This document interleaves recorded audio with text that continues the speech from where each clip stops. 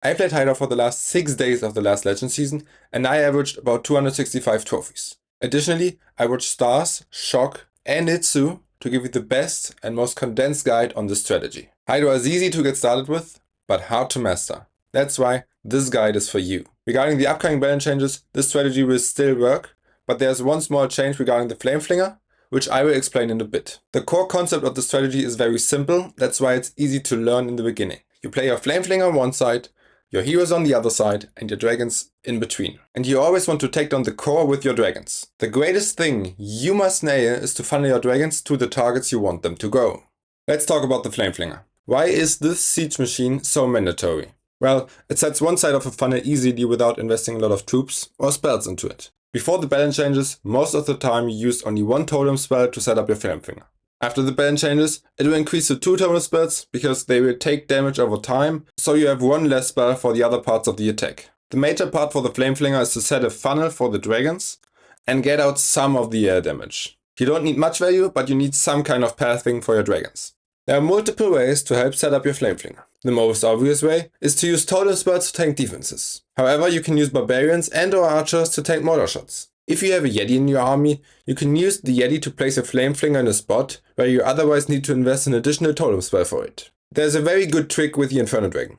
If you use the Inferno Dragon with a totem spell combined, you can kill enemy heroes on the outside. And always try to scout for traps, especially bombs or skeleton traps, by using barbarians, archers, Yeti, or even Hog Riders. And be careful with builder huts, because they take a lot of time if they heal up those buildings, which the Flameflinger should take down.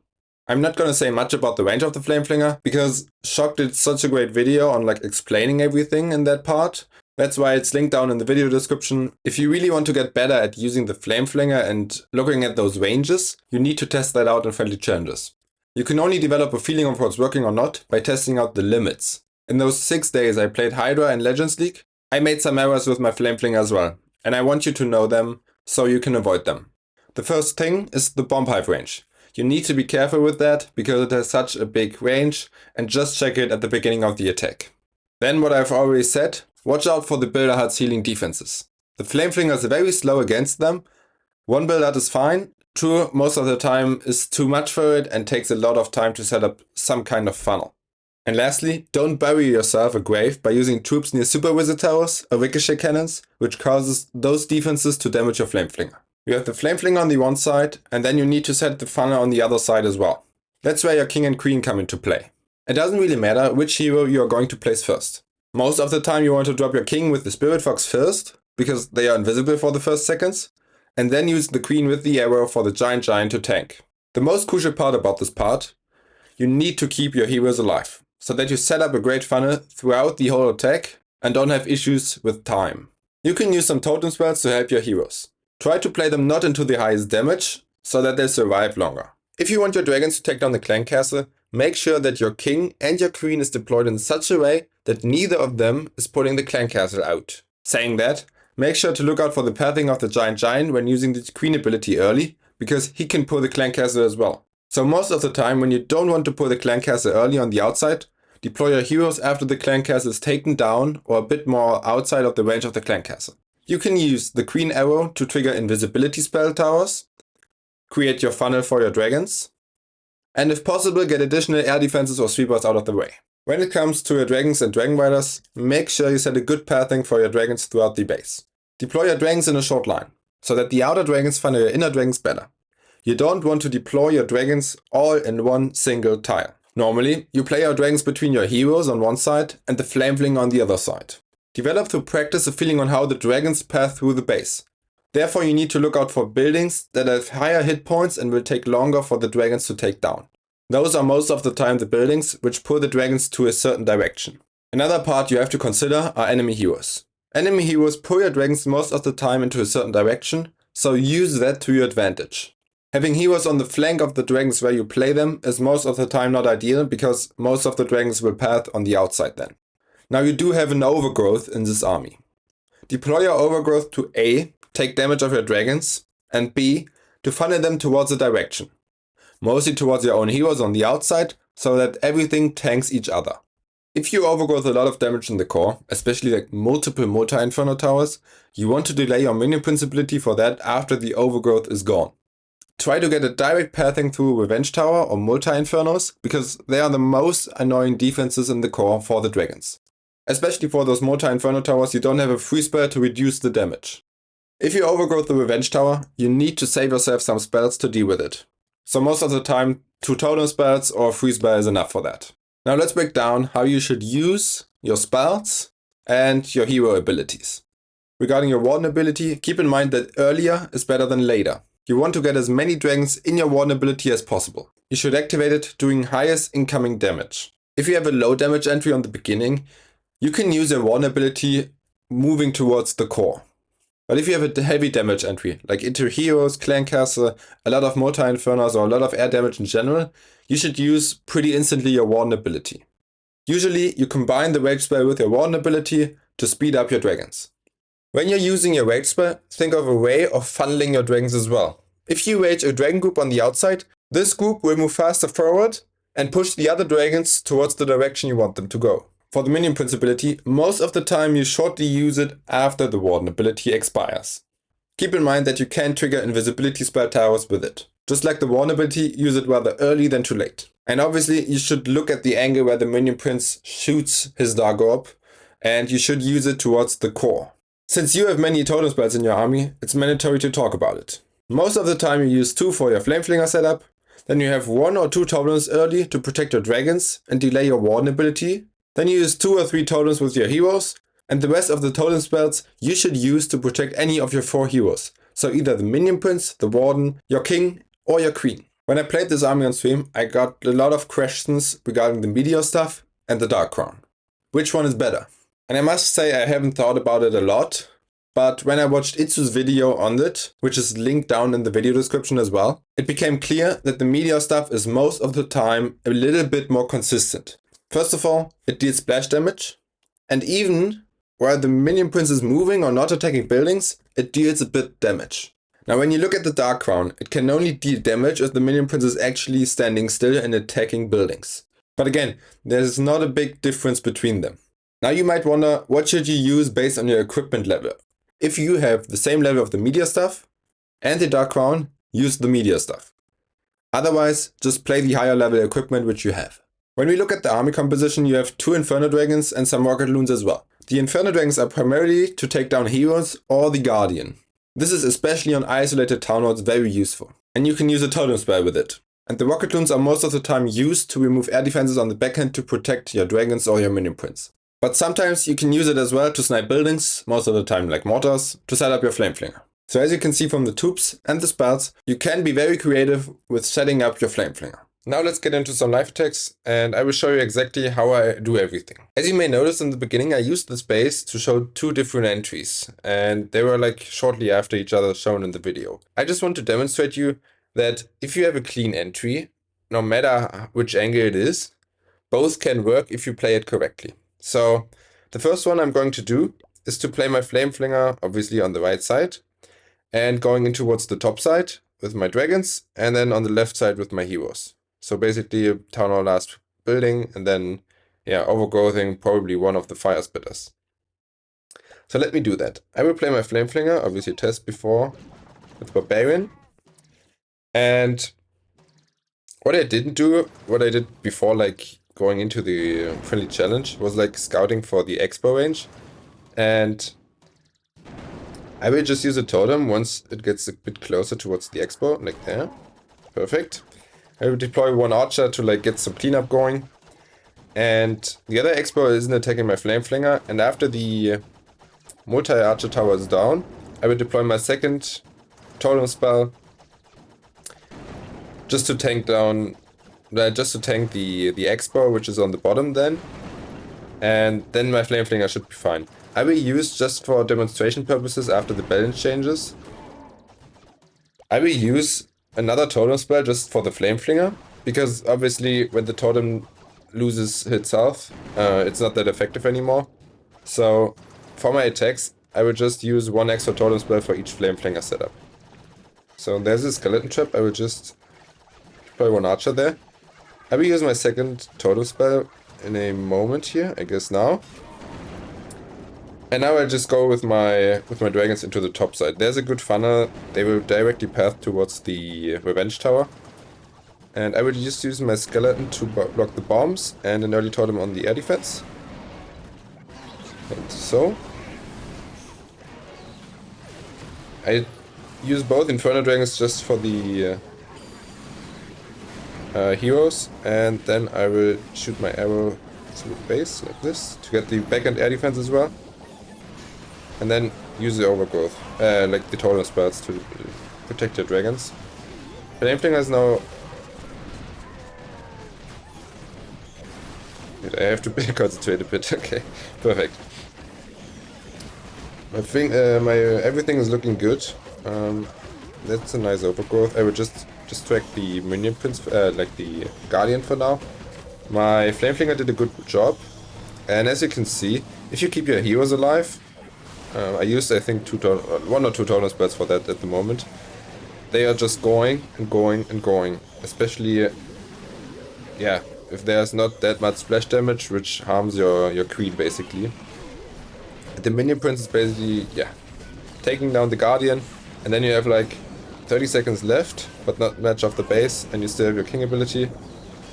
I'm increasing the monoliths so that my king lives a bit longer, and that's how you do it on this base. At least for the first entry. I will play the second entry in a short, like directly after they attack, and just so that you see both entries work. It's close on time, I must say that, but it's a triple. I'm in with my second attack on this base and with the second entry. I switched my queen equipment, and I will start with the Flameflinger on the left side, right outside the range of the wizard tower. And the Flameflinger should get the bottom X bow. That's like my prime target for it, to set the funnel.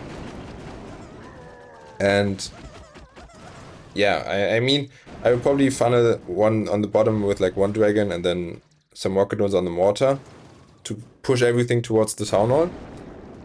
And then I will probably delay my Dragon Riders a bit, because after the monolith, there's basically no defense for the Dragon Riders to target, except like moving directly towards the core, where they would die instantly, or going towards the other fire spitter where I don't want them to go. So I would just start with my dragons, probably 1 Inferno dragon, just to help it up a bit and speed up everything. And I think I will just use now the totem now. Another simulator totem. Now the Inferno dragon. The skeleton spire to tank a bit, like the monolith and the guardian, and then the totem to tank the air defense.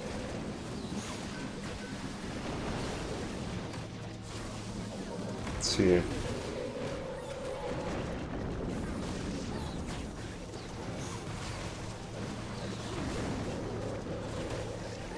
Okay, I will freeze those headhunters. I don't want to harm them, let them harm my minion prince. Now the Dragon Rider's a bit delayed. That looks good, that looks good. Now the Warden ability. If my minion prince gets a good angle, hopefully soon. Like this. Yeah, perfect. I can deal a lot of damage, and everything is moving quite nicely so far. Let's see, my queen should hopefully live for a bit now.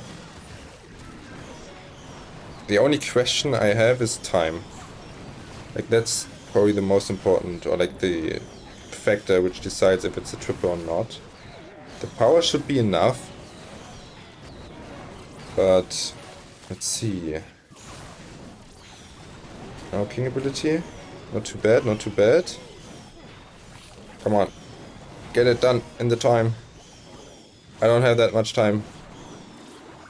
Triggering already the bomb, the giant.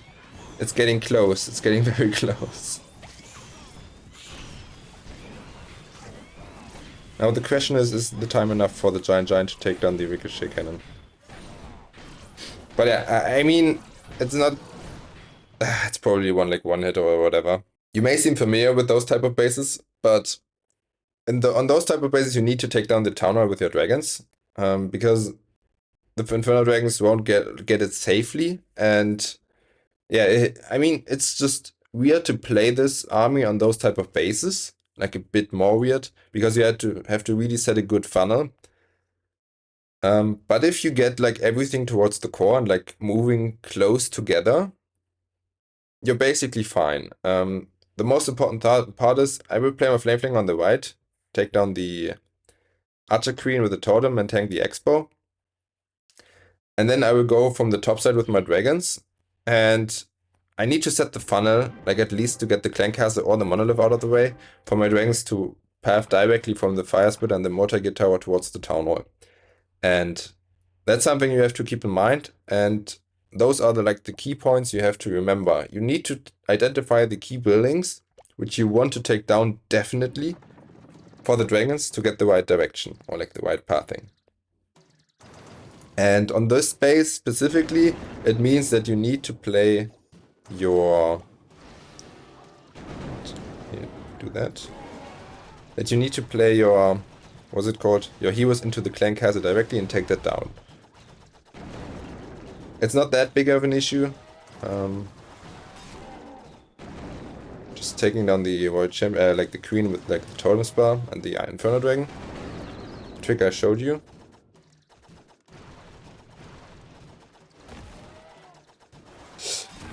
Okay, perfect. Nice. That works. Okay, the funnel is set on this side basically. If the Flameflinger gets the Expo, I have a good funnel. And I think I can start now with my king already. And I would arrow the air defense here on the left to set... I don't have the arrow. Okay. I had that for my last attack. I guess that's fine. So basically what I wanted to arrow this air defense so that I get the funnel a bit quicker. And now I will just go into base with my dragons.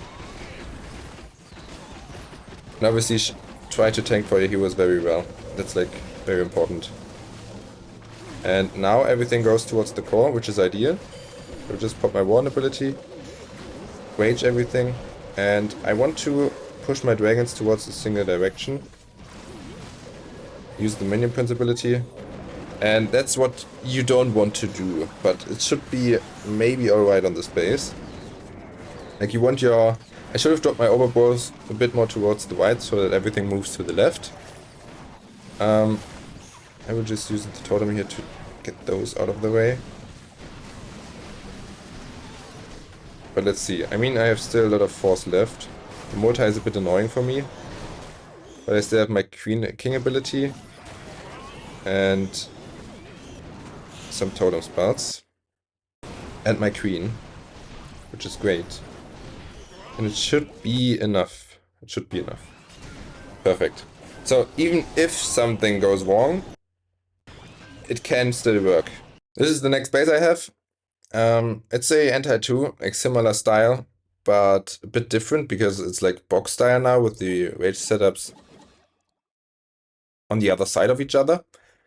And what I want to do here is I want to play a Flameflinger for like the Bomb Pipe, the Mortar, and the Archer Tower. That should be possible if I take out the Wizard Tower and the Mortar. I have 2 Rocketloons for that, and then my Yeti, which I have in the army, specifically for that. And then I have the option to like either go into the back of 1 Fire Spitter and set the funnel on the bottom, like a bit wider entry, or like use this side, like from 2 to 3 o'clock, and somehow set the funnel on this side. I think I will go for like the bit wider entry, which is easier for my heroes to like set the funnel, because I can deploy my heroes like on this corner and don't have to play them directly into the rage setup, which I would need to do on this side to push my dragons towards the core. And yes, they will counter the CC, but it's fine because there's not that much damage. And I have an overgrowth for like the backend rage setup when that triggers, and my Flameflinger can work towards the bottom, like towards the right side. So that's the plan. Let's see how we can do it and if that works. Alright, we are live. I will just use my Yeti and my 2 Rocketloons. Set everything up. Perfect. Obviously I don't need a totem spell for the Flameflinger because it is out of range of the Expo. That's something you get from the shock guide, that this works. The link is in the video description. I mentioned that already once in the video. If you don't have a good knowledge on the Flameflinger, just watch this part. It's very useful for you. And as you can see, for the bounces of the Flameflinger, it gets a lot of value. And maybe even the Expo, because there's no Builder Hut on it. We will see how that goes. Just clearing some buildings at the top. And I will probably just use one safe... I have to use one safety totem, and then my extra totem to get the...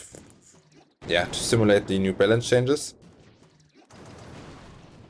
Let's see, wait, can I don't have to use a totem.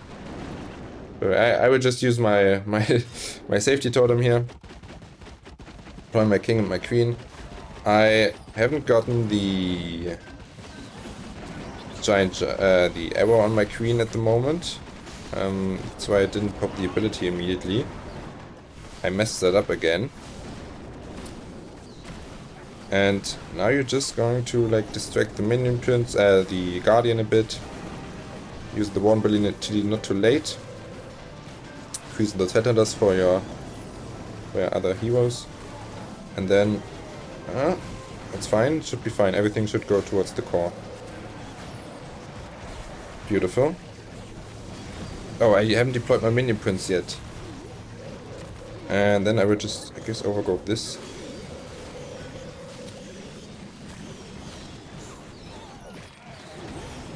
And then just protect my minion prince. Let's see. Inferno dragon. Protect my dragon here with the totem. And even though I didn't deploy my minion prince early, I didn't have the ability for the section on the back end, it's still working.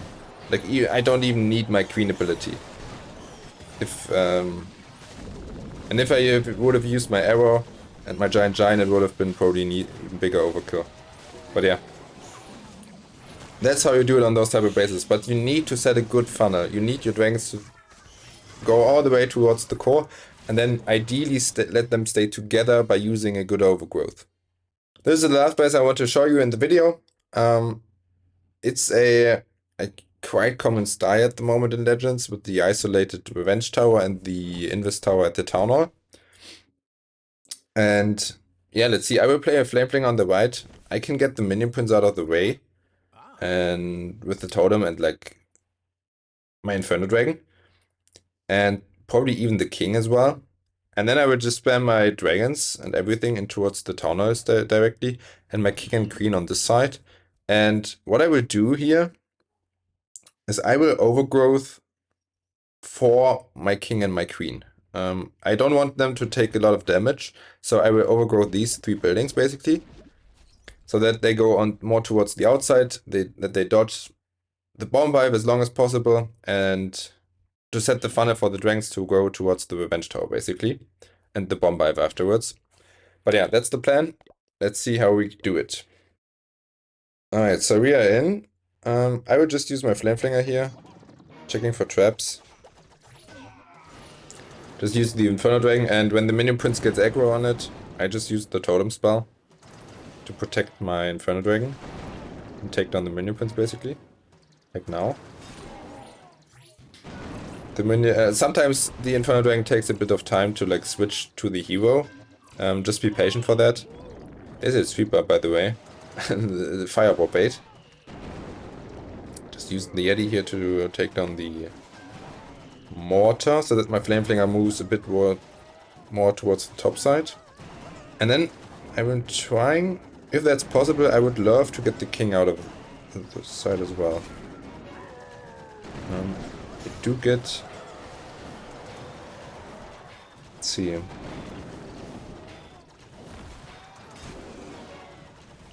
I do get it. Okay, great. Perfect. And I don't need to trigger the Invis on those type of bases. You just spam everything in. Just checking for some Teslas, maybe. There they are. And yeah, that's just... I don't have my queen ability yet changed. I guess that's how it is. I need to start. I need to start.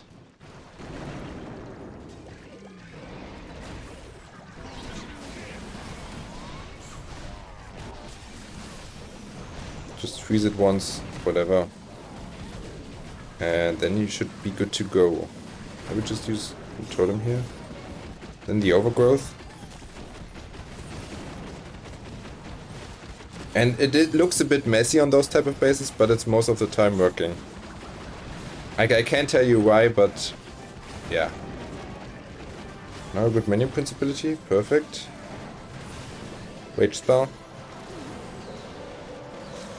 To protect everything, I like to speed up everything. And then I have like everything else for like the back end. Protecting just my dragons. And as you can see, it's pretty crushed on those type of bases.